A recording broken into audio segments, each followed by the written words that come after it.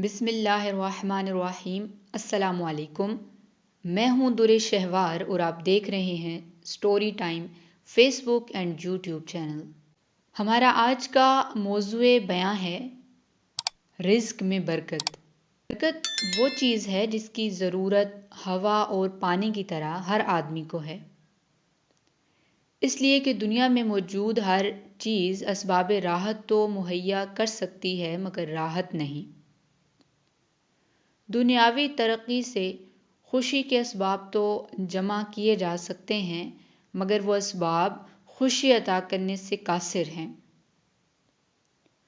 ان اسباب کی کثرت تو ہمارے اختیار میں ہے مگر ایسی برکت جس سے ہر حاجت پوری ہو جائے یا کم اسباب میں زیادہ کام ہو جائے، یہ صرف اللہ تعالیٰ کی عطا کرنے سے حاصل ہوگی۔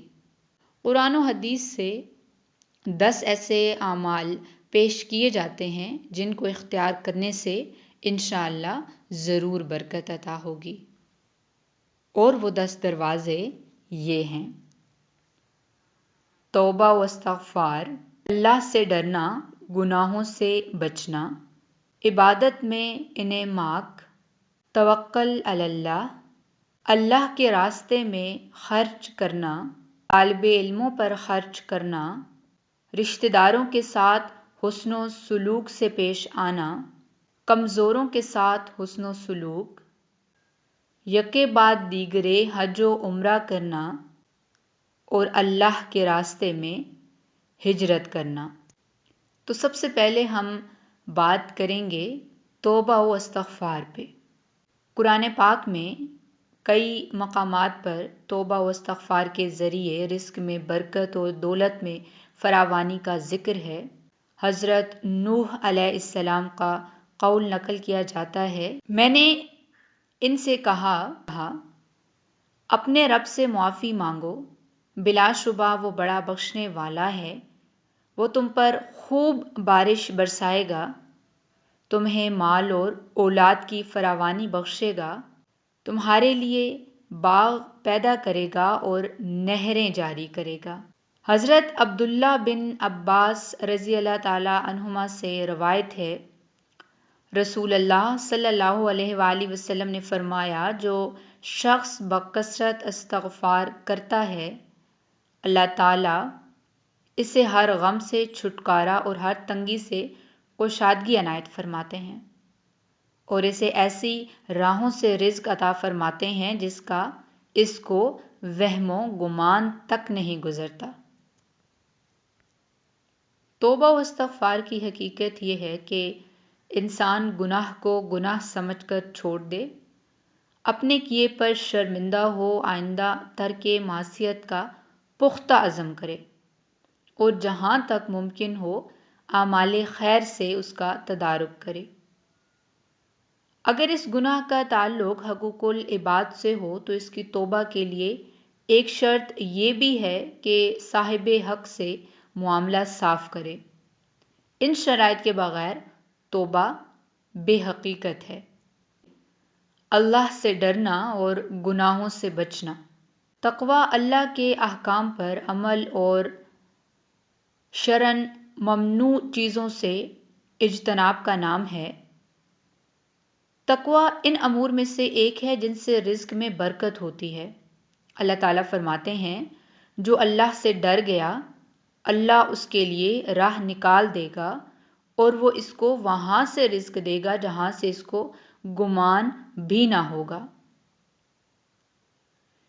دوسری جگہ اللہ تعالیٰ کا ارشاد ہے، اور اگر بستیوں کے لوگ ایمان لاتے اور تقوی اختیار کرتے تو ہم آسمان و زمین کی برکتوں کے دروازے ان پر کھول دیتے، لیکن انہوں نے جھٹلایا، اس لیے ہم نے ان کی کمائی کی پاداش میں ان کو پکڑ لیا۔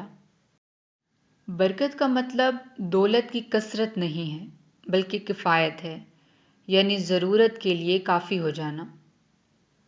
بہت سے لوگ کثرت مال کے باوجود معاشی تنگی کا رونا روتے رہتے ہیں اور معاشی طور پر بہت سے بظاہر درمیانے درجے کے لوگ انتہائی اطمینان سے زندگی گزارتے ہیں۔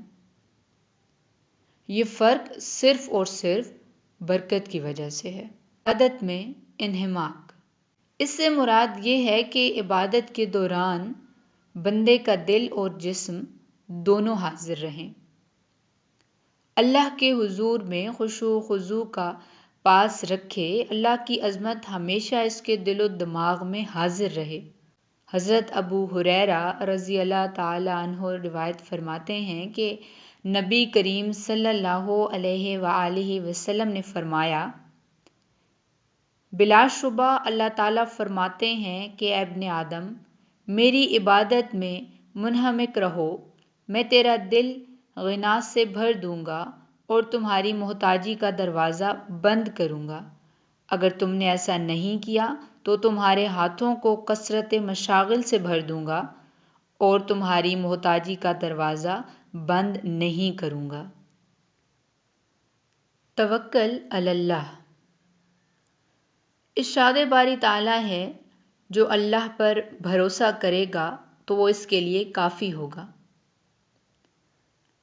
اللہ اپنا کام پورا کر کے رہتا ہے، اللہ نے ہر چیز کے لیے ایک اندازہ مقرر کر رکھا ہے۔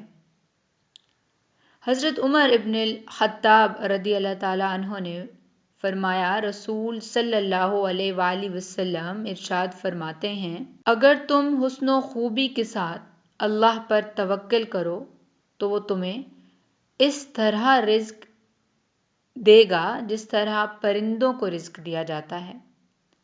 وہ صبح کے وقت خالی پیٹ جاتے ہیں اور شام کے وقت آسودہ ہو کر لوٹتے ہیں۔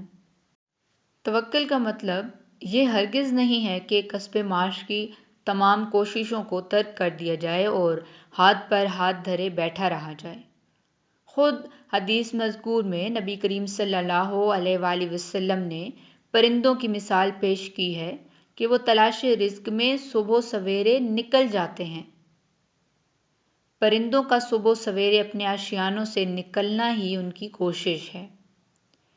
ان کی انہی کوششوں کی وجہ سے اللہ تعالیٰ ان کو شام کے وقت آسودہ و سحراب واپس کرتے ہیں۔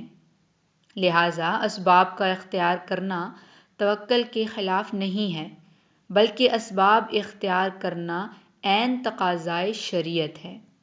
اللہ کے راستے میں خرچ کرنا۔ اللہ تعالیٰ فرماتے ہیں، اور جو کچھ تم خرچ کرو گے اس کا اجر اس کے پیچھے آئے گا اور اللہ بہترین رازق ہے۔ دوسری جگہ اللہ تعالیٰ کا فرمان ہے، شیطان تمہیں مفلسی سے ڈراتا ہے اور بے حیائی کے کاموں کی ترغیب دیتا ہے، مگر اللہ اپنی طرف سے مغفرت اور فضل، رزق میں کشادگی اور برکت کا وعدہ کرتا ہے۔ اللہ بڑی وسعت والا اور بڑا علم والا ہے۔ حضرت ابو ہریرہ رضی اللہ تعالیٰ عنہ سے روایت ہے، نبی کریم صلی اللہ علیہ وآلہ وسلم نے ارشاد فرمایا، اللہ تعالیٰ فرماتا ہے، اے ابن آدم، خرچ کر، میں تیرے اوپر خرچ کروں گا۔ طالب علموں پر خرچ کرنا۔ حضرت انس بن مالک رضی اللہ تعالیٰ عنہ سے منقول ہے، رسول اللہ صلی اللہ علیہ وآلہ وسلم کے زمانے میں دو بھائی تھے۔ ایک بھائی رسول اللہ صلی اللہ علیہ وآلہ وسلم کی خدمت میں علم و معرفت حاصل کرنے آیا کرتا تھا اور دوسرا بھائی کسب معاش میں لگا ہوا تھا۔ بڑے بھائی نے نبی کریم صلی اللہ علیہ وآلہ وسلم سے اپنے بھائی کی شکایت کی کہ میرا بھائی کسب معاش میں میرا تعاون نہیں کرتا۔ آپ صلی اللہ علیہ وآلہ وسلم نے ارشاد فرمایا، ہو سکتا ہے کہ تمہیں اسی کی برکت سے رزق دیا جاتا ہو۔ رشتہ داروں کے ساتھ حسن و سلوک۔ حضرت ابو ہریرہ رضی اللہ تعالی عنہ سے روایت ہے کہ رسول صلی اللہ علیہ وآلہ وسلم نے فرمایا، جسے وسعت رزق اور لمبی عمر کی خواہش ہو اسے رشتہ داروں کے ساتھ اچھا برتاؤ کرنا چاہیے۔ حضرت علی بن ابی طالب رضی اللہ تعالی عنہ سے روایت ہے، رسول صلی اللہ علیہ وآلہ وسلم نے فرمایا، جسے لمبی عمر، وسعت رزق اور بری موت سے چھٹکارا پانے کی خواہش ہو، اسے اللہ سے ڈرنا چاہیے اور رشتہ داروں کے ساتھ حسن و سلوک کرنا چاہیے۔ صلہ رحمی کا جامع مفہوم یہ ہے کہ حسب گنجائش رشتہ داروں کے ساتھ خیر خواہی اور بھلائی کا معاملہ کیا جائے اور شرور و فتن سے انہیں محفوظ رکھا جائے۔ کمزوروں کے ساتھ حسن و سلوک۔ نبی کریم صلی اللہ علیہ وآلہ وسلم نے فرمایا، بندوں کو ان کے کمزوروں کی وجہ سے رزق ملتا ہے اور ان کی مدد کی جاتی ہے۔ حضرت مصعب بن سعد رضی اللہ تعالی عنہ روایت کرتے ہیں کہ سعد نے دیکھا کہ انہیں دیگر لوگوں پر فضیلت حاصل ہے تو رسول صلی اللہ علیہ وآلہ وسلم نے ارشاد فرمایا، کمزوروں کے طفیل ہی تم کو رزق دیا جاتا ہے اور تمہاری مدد کی جاتی ہے۔ حضرت ابو الدرداء رضی اللہ تعالی عنہ سے روایت ہے، رسول صلی اللہ علیہ وآلہ وسلم نے فرمایا، تم لوگ میری رضا اپنے کمزوروں کے اندر تلاش کرو، کیونکہ تمہیں کمزوروں کی وجہ سے رزق ملتا ہے اور تمہاری مدد کی جاتی ہے۔ یکے بعد دیگرے حج و عمرہ کرنا۔ حضرت عبداللہ بن مسعود رضی اللہ تعالی عنہ سے روایت ہے، رسول صلی اللہ علیہ وآلہ وسلم نے فرمایا،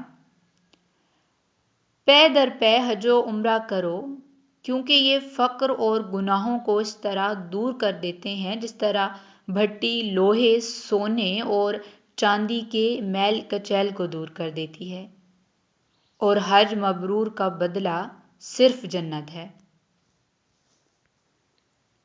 اللہ کے راستے میں ہجرت۔ اللہ تعالیٰ کا ارشاد ہے، جو کوئی اللہ کی راہ میں ہجرت کرے گا وہ زمین میں بہت سے ٹھکانے اور بڑی وسعت پائے گا۔ ہجرت دار الکفر سے دار الایمان کی طرف نکلنے کو کہتے ہیں۔ حقیقی ہجرت اس وقت ہوگی جب مہاجر کا ارادہ اللہ کا دین قائم کر کے اسے خوش کرنا ہو اور ظالم کافروں کے خلاف مسلمانوں کی مدد کرنا ہو۔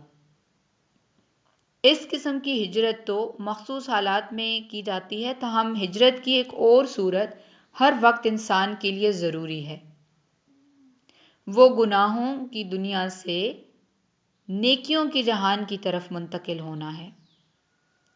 اس ہجرت پر بھی انشاءاللہ اللہ تعالی ہمارے رزق میں کشادگی اور برکت عطا فرمائیں گے۔ یہ وہ 10 اصول ہیں جن کے بارے میں قرآن و حدیث میں وضاحت ہے کہ ان سے بندے کے رزق میں اضافہ ہوتا ہے اور اس کی تنگی دور کر دی جاتی ہے۔ لیکن انسان کو ہمیشہ یہ بات یاد رکھنی چاہیے کہ اصل بے نیاز تو اللہ کی ذات ہے۔ انسان کی بے نیازی یہ ہے کہ وہ اس غنی ذات کے سوا پوری دنیا سے بے نیاز ہو جائے اور یہ سمجھ لے کہ جو کچھ اسے ملے گا اسی سے ملے گا، غیر کے آگے ہاتھ پھیلانا بیکار ہے۔ خدا کی رضاکیت و کارسازی کا یقین دلوں کو قناعت و طمانینت کی دولت سے مالا مال کرتا ہے۔ قانع شخص کسی کے زر و جواہر پر نظر نہیں رکھتا، بلکہ اس کی نگاہ ہمیشہ پروردگار عالم کی شان ربوبیت پر رہتی ہے۔ مال و دولت کی حرص کا خاتمہ نہیں ہوتا، اس لیے قناعت ضروری ہے، کیونکہ یہی باعث سکون و اطمینان ہے۔ نبی کریم صلی اللہ علیہ وآلہ وسلم کا ارشاد ہے کہ مالداری مال و اسباب کی کثرت کا نام نہیں، بلکہ اصل مالداری دل کی مالداری ہے۔ حضرت ابو ذر رضی اللہ تعالی عنہ راوی ہیں کہ رسول صلی اللہ علیہ وآلہ وسلم نے مجھ سے ارشاد فرمایا، ابو ذر، تمہارے خیال میں مال کی کثرت کا نام تونگری ہے؟ میں نے عرض کیا، جی ہاں۔ پھر فرمایا تو تمہارے خیال میں مال کی قلت کا نام محتاجی ہے؟ میں نے کہا جی ہاں۔